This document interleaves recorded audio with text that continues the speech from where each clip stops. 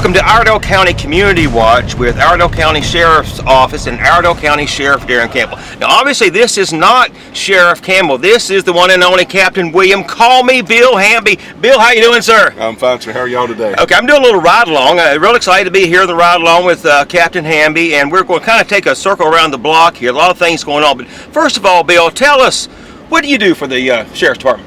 I have the great fortune to supervise our school resource officers. Also, I do some of our public information and community outreach activities. Okay, very good. Now, we're getting ready to go past the jail expansion. We want to reiterate to everybody, the old jail is not going anywhere. It's still going to be used. Is that correct, Bill? Absolutely. It's just a detention center expansion. Right. Just to give us a little more housing and bring things up to more modern standards. And I heard from Sheriff Campbell the other day, y'all serve about 1,300 meals a day?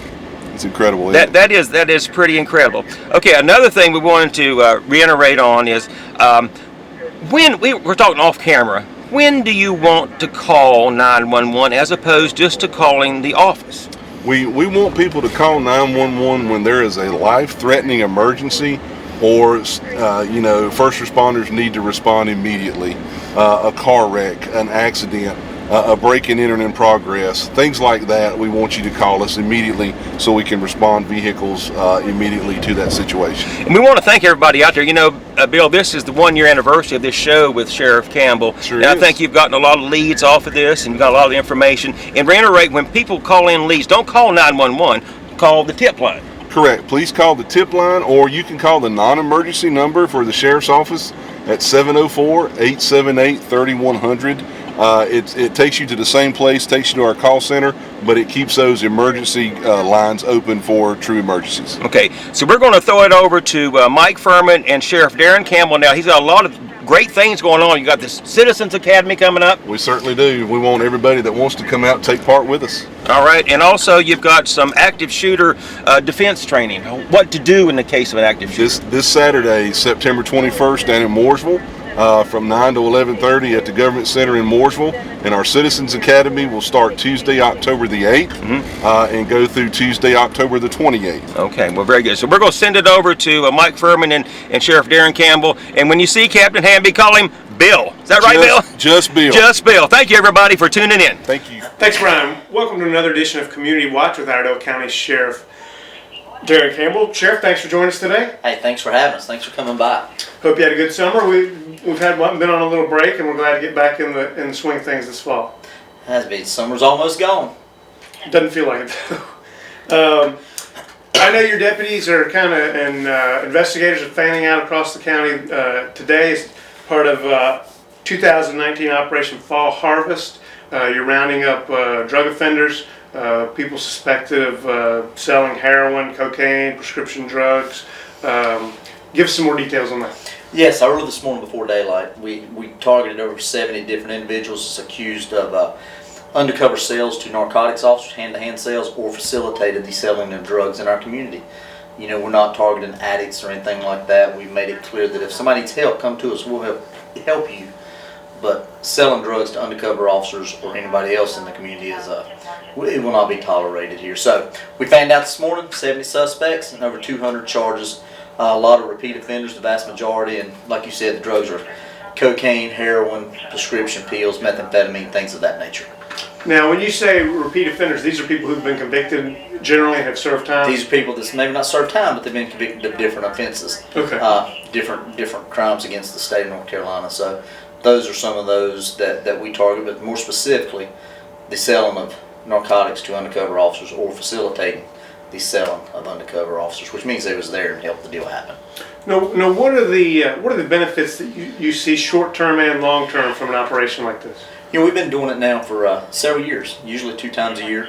And the benefits, we understand that most crimes, your violent crimes, your robbery crimes, your larcenies, your break-in, are committed because of the nexus to buying drugs or drug dealers. So what we're trying to do is, if we take away the drug dealer, we take an avenue for people to go get the drugs, which they don't have the need to steal, commit the larcenies and the violent offenses. They go somewhere else. So that's the reason we do it. Sort of cutting the head off the snake. Okay. And in the short term, do you Do you see that? Do you see it's harder for people to find drugs to buy? Do you see a decline in the property crimes? Absolutely, and we can tell through other undercover cases that those that we want to ultimately build up a distrust in the drug world. If the dealers, if we didn't get them this time, or if we didn't get them last time, and we did get them this time, that builds up such a distrust. They don't know who to trust selling the drugs to. So therefore, they leave this area, and we've heard that on numerous undercover calls. They just will not cross the county line. They do not want to come here because they know we're so aggressive on these roundups and narcotics investigations in general. And there again, it goes back. The narcotics, there's so many other crimes that has a direct nexus to the narcotics trade. You know, when you see the photos of the suspects after a lot of these roundups, I mean, a lot of times they're just some sad-looking individuals. Just because they're dealers doesn't mean they're not also users. I mean, a lot of people are selling to support their own habits. And a lot of these people don't necessarily look like, you know, the stereotypical violent criminals. Yeah. Is there a stereotypical drug dealer? I don't believe so. I think really when they made the decision to sell to an undercover officer and receive money or some other thing of value, you know, if they'll sell it to an undercover officer, not knowing, they'll sell it to any child that walks up. And that's one of the messages we want to send, that we're not going to tolerate it here. And we've got to have this strong stance.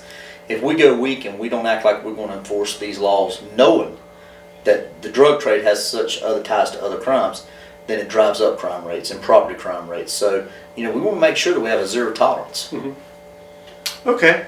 Shifting gears a little bit, I guess you would count it as a victory.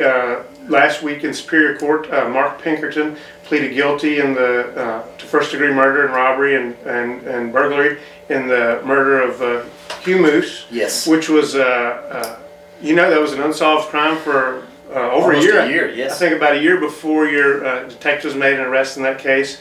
Mr. Pinkerton confessed to it and pleaded guilty last week and was sentenced to life in prison. I mean, do you consider that a victory for your office? You know, absolutely. But more than anything, I'm so happy for the family that they've got some closure, because they along with the detectives and the family, kept this out here in the press. We kept it up to the public to see that we was working these cases, and ultimately that's what happened when somebody came forth with some information.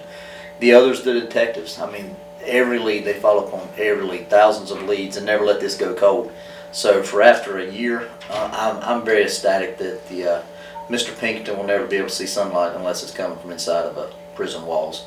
So I'm happy to have him off the street. And it's a credit, like you said, to the determination and work ethic of your investigators and everyone who worked on the case. Hey, they do a good job. They make me look good. I get here and talk to you about it, but the hard work is with those guys and the patrol guys that passed on leads. Everybody here at the office worked hard on that case, and ultimately this was a great outcome. All right. Now you have two community service training opportunities coming up. One this weekend in Mooresville. It's active shooter defense training. Tell us a little bit more about that. It's sort of surviving an active shooter situation, and it is training. It's this will be our fourth one, I believe, we've done. The last couple or a few have been in states where we've been overwhelming response, anywhere from 200 to 300 people per class. So we want to make sure we had it in Mooresville this time, and it's basically things from law enforcement perspective that may come down the pipe that we can share, such as El Paso. How did they survive that shooting? What tricks did they learn from a previous shooting that we're able to pass on to our community? It'll be things that from the law enforcement perspective that we've seen that will help you survive, and also little indicators to look for that we may have gotten that would help somebody, such as if you was at a store, a place of business, at church, or anywhere. So that's what we want to do, and so far we've had an unbelievable response for us. So I'm looking forward to it. We're going to have a great speaker, a lot of different things going on, and it'll be good. And how does someone sign up to participate in that? Just send an email. You can go to iredellsheriff.com. You can send us a message through Facebook at Iredell County Sheriff. Send it to myself or Captain Bill Hamby. We'll get you on the list. You know, the space is filling up, but we'll make sure everybody that wants to come will have an opportunity to come. It's some good training. We had a lot of good response from in the past. Okay, and then in October you're going to have your annual Fall Citizens Academy. That's every Tuesday and Thursday evening from 6 to 7:30. That's here in Statesville? It will be. Okay. It'll be here, and we'll take times to go to Mooresville, some different things. We'll have they'll have opportunity to see how, for example, Lake Patrol works, our K-9 division, our drones, our warrant squad, some of our specialized units, and to see how surgical we can be on different investigations, such as like the UMOOS. You have some people that specialize in certain areas. They'll be exposed to that and sort of the internal workings of the sheriff's office. Now, Who's your target audience for this type of training? Really, we've had people from all course. We do a senior academy. We also do that, but this way we've had young ones. We've had people in the community that may not understand us, or they see things on the media and they say, well, surely it's not like that here locally. So they get to come in. They get to see some of the assets, such as the Bearcat or the armored personnel vehicle we're going to get. I don't think it'll be back for that, but they get to understand why we need that, why our tactical team has certain tools that they have, and how we protect them, and the pre-training we do in narcotics or SWAT team, all sorts of cool stuff. So it could be a possible recruiting tool for young people to get them interested in law enforcement, also just for taxpayers to learn more how their tax dollars are spent and how your office approaches different types of investigations and crimes and so forth. It is, and how our relationships is with funding from the commissioners. We don't really work, or we don't work for the commissioners, but our funding comes through the commissioners. A lot of people don't understand that. They don't understand that we're fixing to open up an expansion in the jail.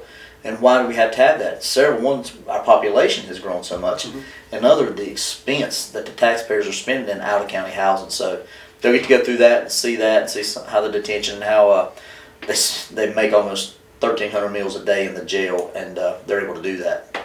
So it's the biggest restaurant and biggest hotel in the county you're in. I think so. It is. Well, Sheriff, thanks again for joining us this month. We'll look forward to talking to you again next month. Hey, thanks for having us. Yeah.